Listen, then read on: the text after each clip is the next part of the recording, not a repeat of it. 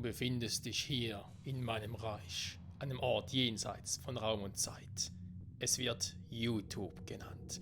Und damit herzlich willkommen zu einem neuen Let's Play auf meinem Kanal, einem neuen Pokémon Let's Play. Nach etwas längerer Zeit mal wieder wird es wieder mal Zeit, in die Pokémon-Welt abzutauchen mit diesem neuesten Ableger Pokémon Legenden Arceus. Und ich würde sagen, wir machen direkt weiter, weil ich frage mich schon, wer ist, also sprechen wir gerade zu Gott oder was? Ich heiße dich willkommen. Ihr Menschen nennt mich Arceus. Okay. Arceus kann quatschen. Gut, das kennen wir aus den Pokémon-Filmen. Lass mich dein Gesicht sehen. Wähle dein Aussehen. Okay, dann tun wir mal ein bisschen was Neues. Anstatt dass ein Pokémon-Professor uns bei einem neuen Abenteuer begrüßt, macht es diesmal, ja, man muss fast schon sagen, Gott höchstpersönlich, weil Arceus ist eigentlich der Pokémon-Gott, wenn man so will. Wählen Aussehen, also will ja doch relativ realistisch bleiben, also bleiben nur die 4. Ich bin doch eher bleich, gut, die Haarfarbe stimmt nicht, aber die hier stimmt erst recht nicht, also gut. Sprich, wie lautet dein Name? Hä? Er hat mich irgendwie auserkoren und weiß ich mal, wie ich heiße? Ich dachte, er wäre ein Gott, wieso weiß ich nicht, wie er heiße? Naja, muss ich nicht verstehen, wa? Bist du mit deiner Auswahl zufrieden? Ja, Gott, das bin ich. Wohlan, Michael. Du wirst dich alsbald in einer fremden Welt wiederfinden. Das kenne ich schon. Dort gibt es wundersame Lebewesen, die von den Menschen Pokémon genannt werden. Michael. Begegne allen Pokémon. Ist dies getan, so will ich mich dir erneut zeigen. What? Allen? Okay, ich hoffe, der Pokédex ist hier so klein wie bei Diamant und Perl.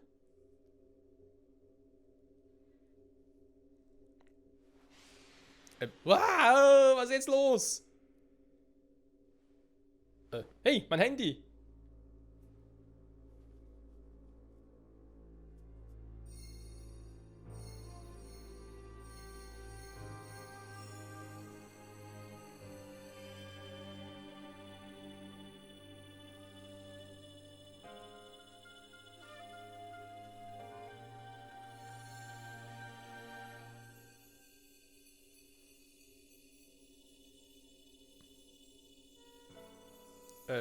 Danke, Gott.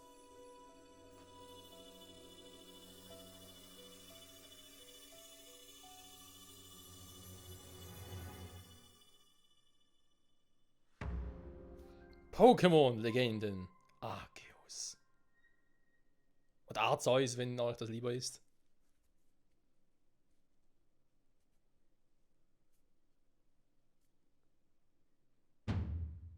Hallo! Wach auf! Wach auf! Hä? Ich dachte, das wäre ein Pokémon-Spiel und kein Zelda-Spiel. Lebst du noch? Hä? Pokémon, die reden können?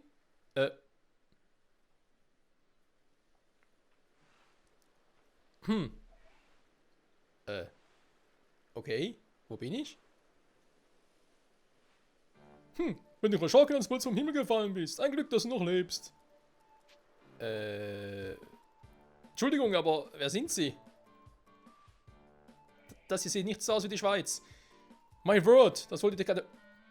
My Word? Habt ihr schön übersetzt, liebe Entwickler. Oder Publisher oder wer auch immer für verantwortlich ist. Du bist einfach so vom Himmel gefallen, das sieht man nicht alle Tage. Wer bist du? Wo kommst du her? Ich bin eigentlich Schweizer, aber wieso ich ein Pokémon-Spiel spiele, ist eine blöde Frage. Warum ich hier bin?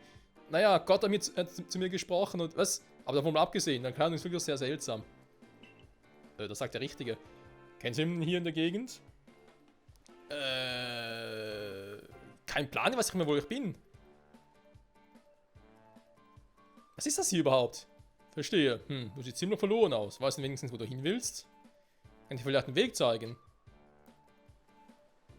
Ich habe keinen Plan. Oh, dir. Schon wieder. Du kennst ja als niemanden und weißt nicht mal, wo du die Nacht verbringen sollst. Dieses Kackdenglisch, hey, ganz ehrlich. Du scheinst ganz schön Schwierigkeiten zu stecken. Kannst du überhaupt überleben? Irgendwie jetzt gehen? Was soll ich nur tun? Bitte helfen Sie mir. Bitte bringen Sie mich zu Gott, ich muss zurück. Meine Welt. Aber coole Pokémon haben sie. Also schön, ich kann jemanden in Not nicht einfach im Stich lassen. Autsch, autsch. Feueri. Oder. Oh, das hat er ganz vergessen. Ich jagte gerade meinen entlaufenen Pokémon hinterher, als ob du vom Himmel gefallen bist. Kurios, als hätten sie es geahnt. Ach ja, weißt du überhaupt, was Pokémon sind? Klar. Ich habe schon sehr viel Erfahrung mit Pokémon. Ein Glück, du bist vom Himmel gefallen, aber zumindest scheinen wir vom selben Planeten zu stammen. Haha. Ja, da bin ich mir jetzt nicht so sicher. Da liegt hier um die Ecke die Schweiz. Da weißt du also, dass diese wundersamen Lebewesen hier Pokémon genannt werden. Und wie lautet der Name? Ich bin Michael, dankeschön. Ah, du heißt also Michael. Seinen Namen haben wir noch nie gehört, aber er hat sicher eine tolle Bedeutung. Okay. Oh, Entschuldigung, nur von mir. Mein Name ist Lavan, ich bin Pokémon-Professor. Den Namen habe ich auch noch nie gehört. Der hat sicher eine ganz krasse Bedeutung. Das heißt, ich bin ein Forscher, der mehr über Pokémon herausfinden möchte. Und dann versuche ich zum Beispiel mit den dreien hier... Und weg sind sie. Oh no, mein lieben Pokémon, warum läuft er nur schnell davon? Warum quatscht du immer Englisch? Fragen über Fragen. Bitte hilf mir, die drei einzufangen. Wollen auf mich! Okay, was soll jetzt das für eine Region hier sein? Ein Boot, interessant, kann ich darauf? Zumindest gucken, wie die Steuerung ist, Freunde. L bewegen, L rennen, okay. Strand des Aufbruchs. Naja, ich meine, ich sehe da hinten einen Kraterberg, also wird er wohl ein Sinnoh sein. Zumindest sieht es noch aus. So, kann ich irgendwas machen auf... warte mal.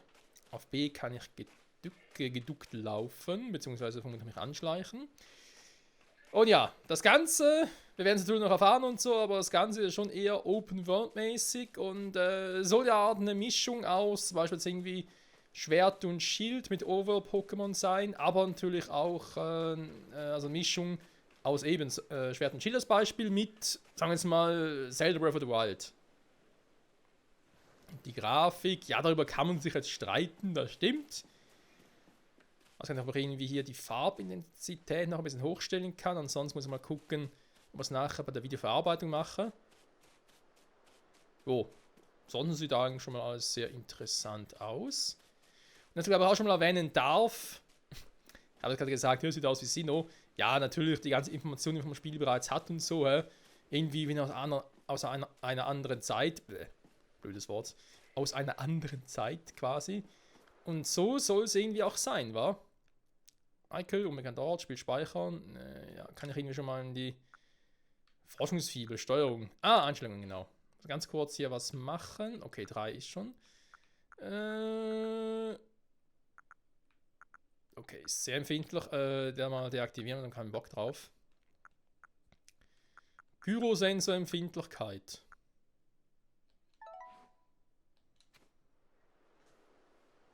Und dann ist gar nichts mit Gyro. Es steht ja auch 0. Vielleicht kann ich das mal ganz kurz, bevor wir uns hier weiter umsehen, mal die Gyro-Empfindlichkeit noch ein bisschen hochstellen. Ich versuche mal 1. Passiert gar nichts. Hä?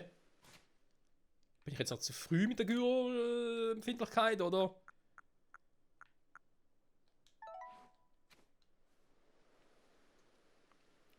Hey, müssen wir mit dem Pro-Controller funktionieren? Okay, vielleicht geht es ja später. Mal gucken, was ist denn hier jetzt los?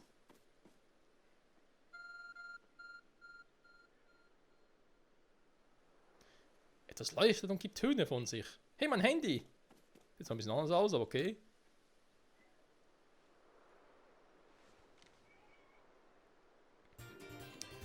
Du hebst was auf, was einem Smartphone ähnelt. Das könnte ein Smartphone sein, aber es sieht anders aus. Du spürst eine seltsame Kraft, die von ihm ausgeht. Der Bildschirm ist eine Nachricht erschienen. Vertraue dir dieses Arcos-Phone um folgende Aufgabe an. Begegne allen Pokémon. Hier sprach Gott. Ernsthaft?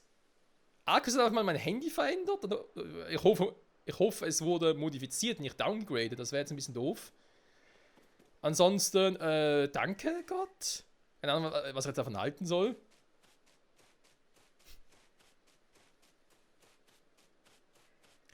Mann. So, bisher ist alles noch relativ flüssig. Von der Steuerung her. Und da ist wieder mal Professor Laven. Ja, ich würde nehmen.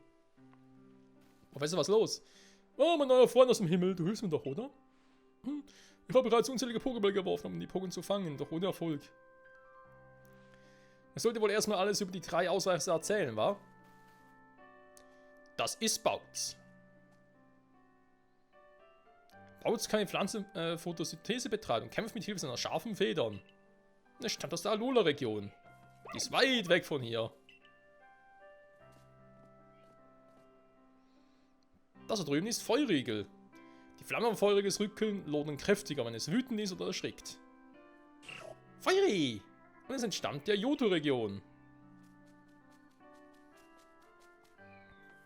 Das Pokémon beim Teich ist Otaro. Otaro treibt gern Schlaf im Wasser und kämpft mit Hilfe des muschelähnlichen Objekts an seinem Bauch. Otta! Und es kommt aus der Einal-Region. Achso, ja, ich habe ganz vergessen, das Wichtigste zu erklären. Und so, wie man Pokémon fängt. Weiß ich doch. Also zumindest aus anderen Spielen. Hier sind ein paar Pokébälle. Die musst du werfen, um Pokémon zu fangen. Sieht ein bisschen creepy aus. 50 Pokébälle! Ein paar. Ein rätselhafter Ball, den man auf viele Pokémon wirft, um sie zu fangen. Wenn man nötige Materialien sammelt, kann man ihn selbst herstellen. Okay. Dann habe ich anderes in Erinnerung. Oh, sorry, das genügt wohl nicht als Erklärung. Ich wüsste gerne mal, wieso du überhaupt ständig Englisch sprichst. Oder so Englisch. Dann hör gut her, weil eigentlich komme ich aus Britannien. Also eigentlich sogar aus Carlos, ist egal. Ich sagte dir bereits, dass Pokémon wundersame Lebewesen sind. Du fragst dich sicherlich, was in ihnen so wundersam ist, wa? Nun, jedes Pokémon kann auf winziger Maße zusammenschrumpfen. Ach ja? Und da kommen Pokébälle ins Spiel. Sie wurden erst vor kurzem erfunden. Wenn man einen Pokéball auf ein Pokémon wirft, ist es ganz klein und passt dort hinein. Und damit hat man auch schon ein Pokémon gefangen. Ja, deswegen auch Pokémon, Pocket-Monster, also Taschenmonster. Es gibt sonst niemanden, den ich darum bitten könnte. Bitte hilf mir, die 3 Ausreißer wieder einfach zu fangen, ja? Um Pokémon zu fangen, muss er sie anvisieren und einen Ball auf sie werfen. Ganz einfach. Naja, ich selbst treffe leider nur selbst Schwarze. Ja, und das ist eben noch ein bisschen das Spezielle. Pokémon so zu fangen, nicht unbedingt im Kampf zu starten, sondern sie auch direkt fangen zu können. Ein bisschen so, wie man es früher aus Safari-Zonen kennt oder aus den Let's Go-Teilen auch. Wobei dort war es ja auch irgendwie, ja, Kampf, ja, ein eigener Bildschirm, sagen wir es mal so. Du kannst Pokémon fangen, indem du Pokéball auf sie wirfst. Halte die ZR-Taste gedrückt, um dann Wurf vorzubereiten und zu zielen.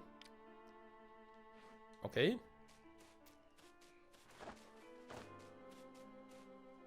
Ah, jetzt funktioniert der Gyrosensor. Moment. Der ist noch ein bisschen zu empfindlich.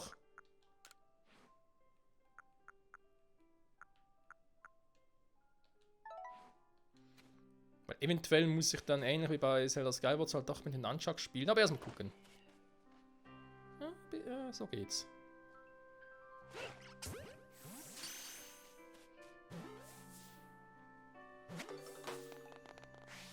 Okay. Ja, wundervoll, du hast das Pokémon gefangen. Du scheinst ein Naturtalent zu sein, Michael. Eine Begabung fürs Fangen von Pokémon ist sehr nützlich, wenn man hier lebt.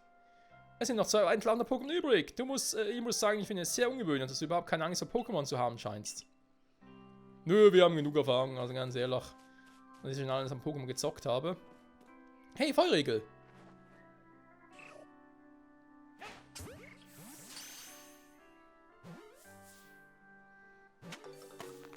Yes, man. Fantastic, Mike. Einfach fantastisch. Sorry, ich falle immer wieder in mein Englisch zurück. Dabei gibt es viele Leute, die Angst davor haben, sich Pokémon auch nur zu nähern. Geschweige denn, sie zu fangen. Ein Pokémon fehlt noch. Mach dich aber suchen, halt einen Pokémon bereit. Ach ja, Bautz fehlt noch, oder? Da oben ist er schon. Seht ich. So, ein bisschen höher. Yes, man. Ich bin ein Pokémon-Meister. Was? Ach ja, das passiert schon mal. Ein Pokémon zu werfen heißt nicht, dass man das Pokémon garantiert fängt. Versuch's einfach nochmal. Ja, super, ey. Ein Pokémon verschwendet. Fang mich doch, du Eierstock! Geht doch. Ja, Mann, ich habe meine 3 Starter zusammen. Geil. Danke, Professor. Die 3 Pokémon. Ich gehe dann mal wieder. Tschüss. Vielen Dank, du hast mir wirklich sehr geholfen. Die Sache ist die. Diese 3 Pokémon sind gerade erst zu Forschungszwecken ins Dorf gebracht worden, denn sie entstammen ja dieser Region. Wie du ja schon mal erwähnt hast. Und hören noch auf niemanden. Ah, okay. Ich habe es vorhin schon gesagt, aber so hastig wie sie aus dem Dorf gestürmt sind, können wir fast denken, dass sie von deiner Ankunft wissen. Ich muss schon sagen, Michael, dein Umgang mit Pokébällen hat mich ganz schön beeindruckt. Du bist gerade erst hier angekommen und zeigst schon so das Können darin, Pokémon zu fangen. Woran liegt das nur? Ich zocke Pokémon seit Anno 1996. Angefangen hat damals mit Pokémon Blau. Dann kam Pokémon Rot, Gelb. Moment, wer hat die Reihenfolge schon da? Dann Silber, Gold, genau, den haben wir uns meine Oma geschenkt. Dann Kristall. Ich habe im Prinzip die Pokémon-Edition schon mal besessen und gezockt. Und sogar die Remakes. Jetzt kommen wir vor, es gäbe es einen bestimmten Grund für dein Erscheinen hier. Hey, du hast mich unterbrochen, Professor, das ist nicht höflich. Übrigens, was ist das hier? Begegne einem Pokémon. Das ist also ein Arcturus-Phone, sagst du? Das ist ein merkwürdiges Ding. Scheint fast, als würde es dich leiten. Das ist jetzt vielleicht ein bisschen plötzlich, aber ich möchte dir etwas erzählen. Mein Traum ist es, den ersten Pokédex für diese Region zu vervollständigen. Weißt du, was ein Pokédex ist? Ein Dex für Pokémon? Du kannst dich dabei um ein wundervolles, monumentales Forschungsprojekt, bei dem alle Pokémon registriert werden sollen. Um Pokémon registrieren zu können, müssen sie gefangen werden. Und Pokébälle wurden erst kürzlich entwickelt. Da gibt es nicht viele Leute, die gut genug mit ihnen umgehen können, um Pokémon zu fangen. Dann tauchst du plötzlich auf, mit einem Talent zum Fangen von Pokémon. Du willst alle Pokémon begegnen. Ich möchte alle Pokémon fangen. Wir können uns gegenseitig helfen. Was sagst du dazu? Wollen wir uns zusammenschließen? Klingt gut. Naja, also ich weiß ja nicht. Was sagst du dazu? Wollen wir uns zusammenschließen? Naja, ich weiß ja nicht. Was sagst du dazu? Wollen wir uns zusammenschließen? Naja, ich weiß nicht. Jetzt hör auf damit! Ja, ist schon gut. Ich weiß noch nicht, wer du bist und wo du herkommst, aber wenn du mir dabei hilfst, den Pokédex zu vollständigen, bist du mir mehr als willkommen. Exzellent! Dann lass uns erstmal die Pokémon zurück ins Dorf bringen. Wir müssen uns ja auch noch um Essen, Kleidung und eine Unterkunft für dich kümmern, wa?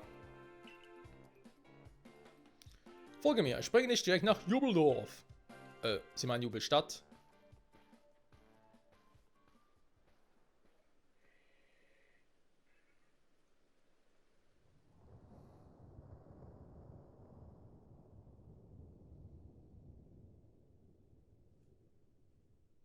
Das sieht ja sehr einladend aus.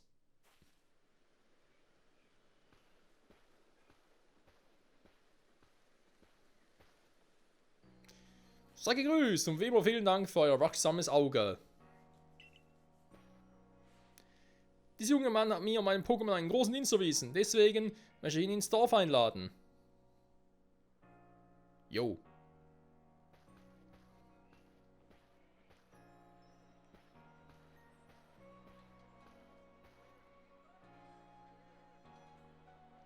Weiß auch nicht, aber irgendwie so zum Teil leer und vor allem auch die Atmosphäre und so, wie alles aussieht, das erinnert mich ein wenig an Zelda Ocarina of Time. Also mit dem Wachen irgendwie am Dorf. Also statt Jubeldorf natürlich halt Kakariko, aber trotzdem. Hier geht es lang, bitte folge mir. Also Galaktik-Expedition verdanken, dass dieser Urchin so prächtig gewachsen ist. Wir befinden uns gerade auf der Fleetstraße. Ja, wo kommt denn her? Wer ist das, ey? Das Dorf wurde erst vor 2 Jahren gegründet. Uns fehlen noch viele helfende Hände. Das ist wunderbare Kleidung. Wenn nur weniger die Pokémon ja wissen, trauen sich nur weniger das Dorf zu verlassen. Das Gebäude, das dort am Ende der Straße emporragt, ist der Galaktik-Hauptsitz.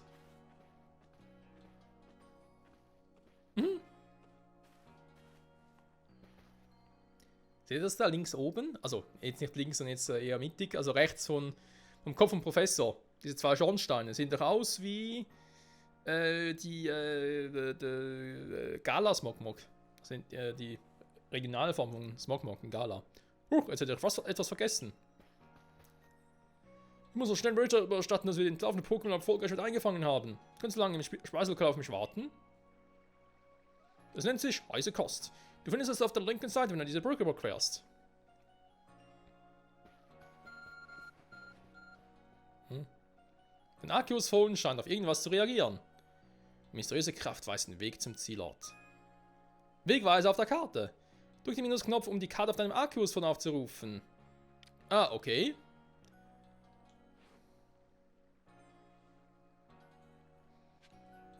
Cool. Arceus hat also auch Google Maps integriert. Krass. Geh zum Speiselokal, heiße Kost. Auf Minus, wa?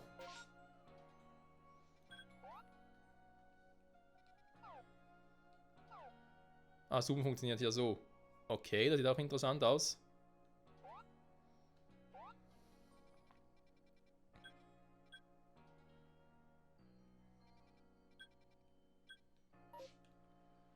Ja, wenn wir das mal machen.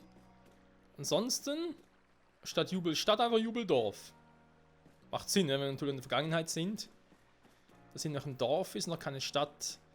Ich frage mich, ob es der einzige Ort in der ganzen Region zurzeit ist. Wobei, kann ich mir nicht vorstellen, weil die Leute müssen ja von irgendwo anders herkommen. Kann nicht sein, dass die irgendwie einfach ständig unterwegs waren, Einzelgruppen und so.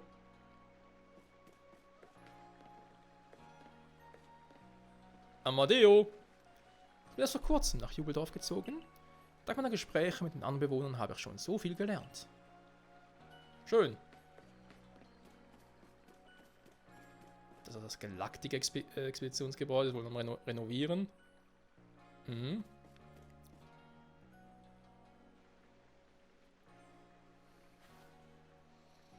Ja, aber die Grafik kann man sich wirklich streiten, ganz ehrlich. Also vor allem Grafik, vor allem das Pixelgedöns. Das habe ich noch nie gesehen.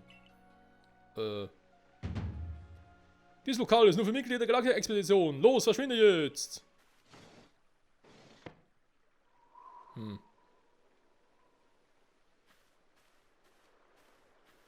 Oh, wer bist du denn? Kleidung wie deine habe ich noch nie zuvor gesehen. Den dünnen Stoff könnte Pokémon leicht schwere Verletzungen zufügen, weißt du? Naja, wenn der Wachposten dich durchgelassen hat, muss dich jemand im Dorf kennen. Der Professor. Ist der Name Laven ein Begriff? Er ist ein Professor aus einer fernen Region. Ihm laufen ständig seine Pokémon davon. Das ist nicht besonders vertrauenserweckend. Aber sollte mir wohl lieber an die eigene Nase fassen. Ich musste tagelang ins Bett hüten, wenn ich mein Pokémon mit der Attacke Donnerschock erwischt hatte. Hä? Pokémon greifen dich direkt an? Das ist genau wie Lumia gesagt hat. Das ist genau wie Lumia gesagt hat.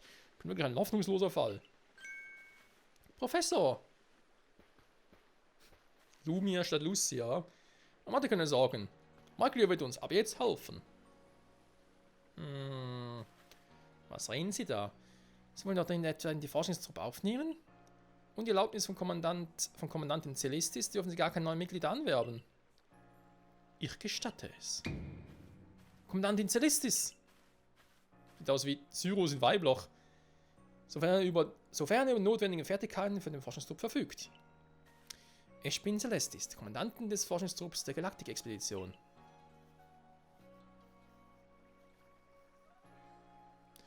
Ich habe von Professor Levin gehört, wie du die entlaufenen Pokémon eingefangen hast. Nun will er, dass du uns seine Fähigkeiten zur Verfügung stellst, während wir dir im Gegenzug Unterschlupf und Verpflegung bieten.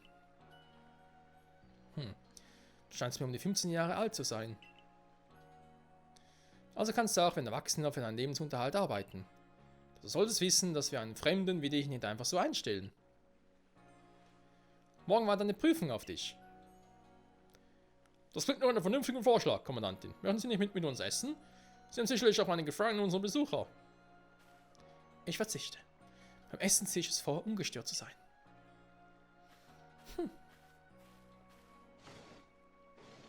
Was für eine Diva.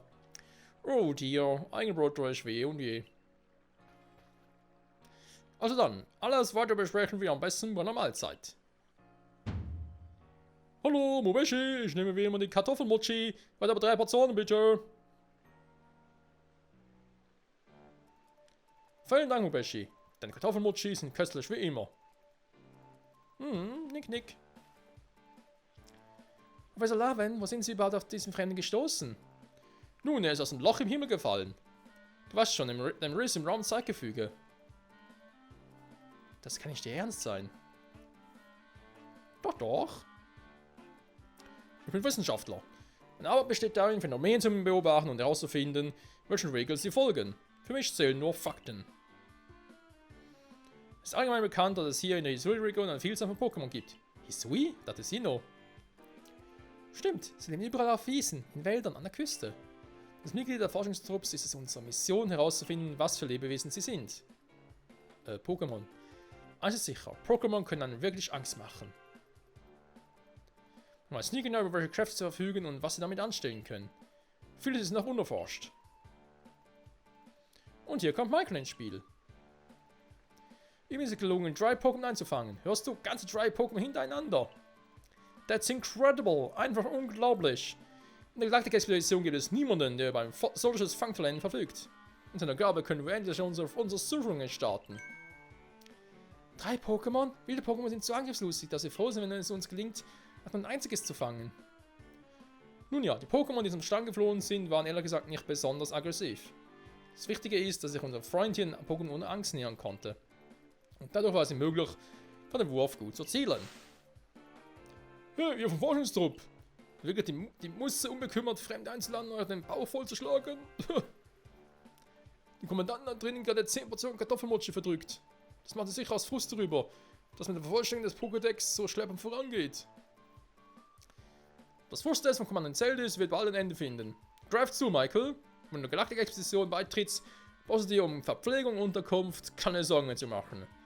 Selbst wenn du vom Himmel gefallen bist. Erwähnt es auch ein paar Mal. Damit ich noch verrückter erscheine. Hisui-Region, also interessant. Warum nicht Sinnoh? Warum Hisui? Ah, ein wahrer Augenschmaus war das. Ja, das Essen war lecker, aber denken Sie wirklich, dass das gut geht? Michael muss erst die Prüfung bestehen, bevor er dem Forschungstrupp beitreten kann. Bei seinem können wir mal keine Sorgen. Michael wird es ganz sicher bestehen. Kommt drauf an, was er machen muss. Ich hoffe, Sie behalten recht. Michael war dein Name? Aber du kannst in unserem Quartier schlafen.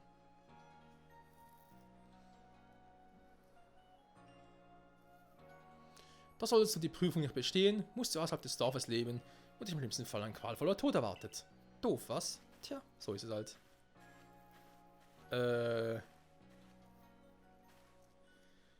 Kommandant Zeldis ist unerbittlich, genau wie die Wildnis hier in Hisui. Es will keine Schwäche zeigen. Schließlich geht es ihr auch darum, uns alle zu beschützen. So, mein Freund aus dem Himmel, ich hoffe, du fällst auch noch aus deinem Bett. Scherz beiseite, ich wünsche eine gute Nachtruhe. Bye bye. Gute Nacht. Ja, schlaft schön. Ein Mensch, aus einem Riss im Himmel gefallen kam. Die Welt ist voller Rätsel. Ja, vor allem fragen wir ihm noch, warum. Warum hat er uns Arceus das angetan? Gehen das Zimmer bei dem Quartieren des Forschungstrupps, das dir zugeteilt wurde. Das können wir natürlich machen, Freunde. Ich frage mich jetzt zwar gerade, aber die Möglichkeit... speichern geht bereits, alles klar. Dann würde ich mal sagen, das war's mal hier für die erste Folge von Pokémon Legenden Arceus. Und, ja, gut. Wir sind in der Vergangenheit angelangt, offenbar. Oder in einer alternativen Zeitebene, die in der Vergangenheit spielt, wie auch immer. Statt in Sinnoh nennt man das hier die Hisui-Region, okay. Die 3 Pokémon hier, die zwar eigentlich wie Starter wirkten, weil erstens mal Pflanze, Feuer, Wasser, sind aber nicht die typischen Hisui- bzw. Sinnoh-Pokémon. Nee, es sind mit Bautz, Feurigel und Otero 3 Pokémon aus völlig unterschiedlichen Regionen. Den ersten Pokédex noch zu vervollständigen, okay. Sollen irgendwie, denke ich mal, hinkriegen. Kommt darauf an natürlich, wie groß oder wie viele Pokémon es hier gibt. Dann noch eine Prüfung, damit ich überhaupt das Ganze mal anfangen kann. Oh je, ich hoffe, das geht gut, Freunde. Wir sehen uns das nächste Mal zurück bei Pokémon Legenden Arceus. Ein neues Abenteuer, eine neue Welt. Ein neuer Grafikstil, der noch zu wünschen übrig lässt zum Teil. Mal gucken, was noch kommt in Zukunft, an Updates und so. Ich bin gespannt. Bis dahin, ciao zusammen.